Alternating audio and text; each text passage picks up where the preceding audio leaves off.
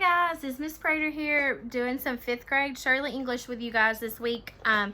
This week we are going to be on chapter 8 and it is possessive nouns. So this is a new concept that we're doing. Possessive nouns kind of says what it means, okay?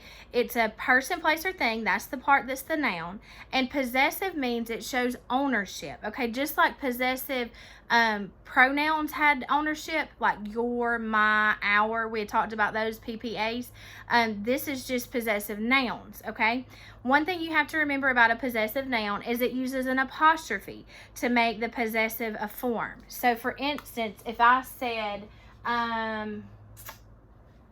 Miss Prater's class, okay? There's my example. And I have to put an apostrophe on Miss Prater's because whose class is it? It's my class, okay? So that would be an example of an apostrophe up in the air, just like that, because that shows ownership. Possessive nouns are not a part of, possessive nouns part of speech is an adjective. So if you have a possessive noun that you're looking for in a sentence, and I ask you, okay, what's the possessive noun? And you say, Miss Prater's. And I'm like, what part of speech is that? It's going to be an adjective. Just like PPA is an adjective, so is this, okay? This is just a possessive noun adjective. So a possessive noun is going to be labeled with PNA. So PNA, and that stands for possessive noun adjective. All right, so we're going to take a look at these sentences that I wrote up on the board. This is from Worksheet 28. It's Chapter 8, Lesson 1, and it's page 163 for you guys. This was, I think, the first worksheet that I gave you for this week. The first sentence says, uh-oh, Rover is barking loudly at our neighbor's dog. So we're going to label this sentence. So who's the sentence about, or what the sentence is about? It's about Rover, so that's our subject noun. All right, is barking. If you guys remember, this has two verbs in it because the first one is our helping verb, is, and barking is our regular verb, or main verb, you could say.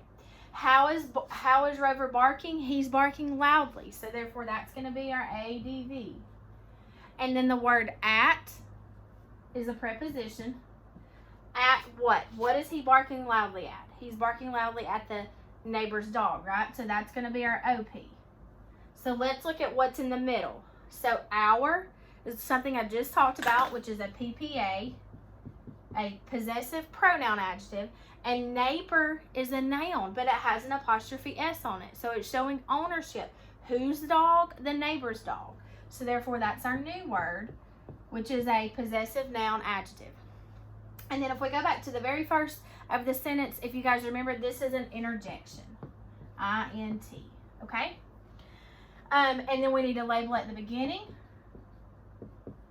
subject, noun, verb, pattern 1, and then this sentence ends in an exclamation point, so therefore it shows strong emotion, and that means it is an exclamatory sentence, so we're going to write an E for exclamatory, all right?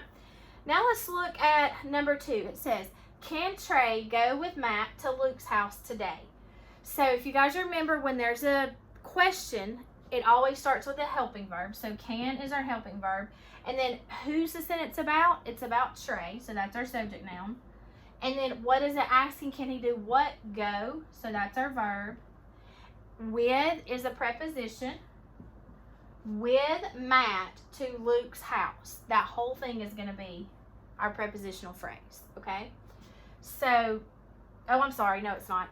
With Matt, that's our first prepositional phrase. I'm sorry about that. So, with Matt's our first prepositional phrase. And to Luke's house is the second one. So, to is a preposition as well. To Luke's house. Luke is a noun, obviously, and it's showing ownership with that apostrophe, so it's a PNA. And to what? To Luke's house, so that's the OP. And then when are they going to go? Today. So that's our adverb. This sentence is asking a question, so therefore it is an interrogative sentence, INT, and then label the beginning of it with that. All right, number 3. Let me fix this so you guys can see the third sentence a little bit better. All right, number 3 is search for a live toad or frog in that muddy pond.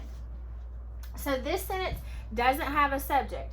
it just starts right off with the verb. So search is our verb.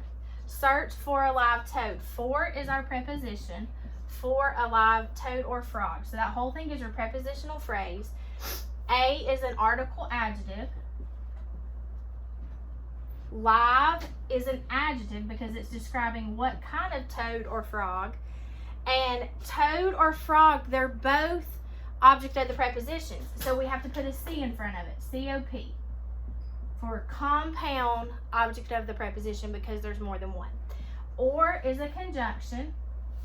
Then we have in that muddy pond, which is another preposition.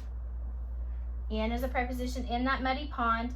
And in what? In the pond. So pond is our object of the preposition. And that muddy is describing which pond and which one, all right? So that's our two adjectives. This sentence has an understood you because it is a command sentence. It's talking to you directly. It's saying, search for a live toad or frog in that pond, muddy pond. So therefore, that means that this is a command sentence, and a command sentence is an imperative sentence. It gives a command, and so you put IMP. So you do something a little different at the beginning. You put in parentheses you because it's understood you. That is our subject of the sentence. And then you're going to put the rest of it as usual, subject, noun, verb, pattern 1, okay? So remember, if a sentence starts right off with a verb and it's a statement, it's a command sentence, which means it's an imperative sentence. It's giving you a command.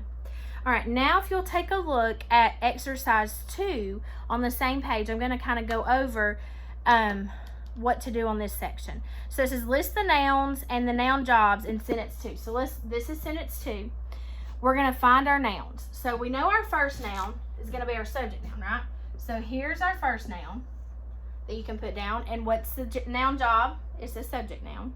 Number 2, for the second noun, it's going to be your object of the prepositions. So here's one.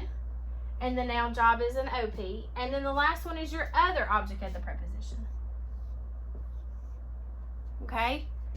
So we have those 3 nouns, and those are their jobs. Now, for exercise 3, remember, simple subject is the subject of the sentence, and for simple predicate, that is the verb in the sentence, okay? And remember, when you get down to sentence 3, this is your subject. You is your subject for the sentence, okay? And remember, simple predicate is just your verb in the sentence. On the back for exercise 4, it says a family of squirrels lives in the tree in Ben's yard. Ben, we're talking about you. Just kidding. But it does talk about Ben. So it says, that's our sentence. It says, number 1 says, choose the part of the speech for the underlined word. So our underlined word is family, a family of squirrels. And family is obviously a noun. So you're going to put noun for that one. Number 2 says, choose the word that is a possessive noun in the sentence. It is the word with the apostrophe S on it. So that's going to be Ben's, okay? And then it says, what are the prepositional phrases in the sentence?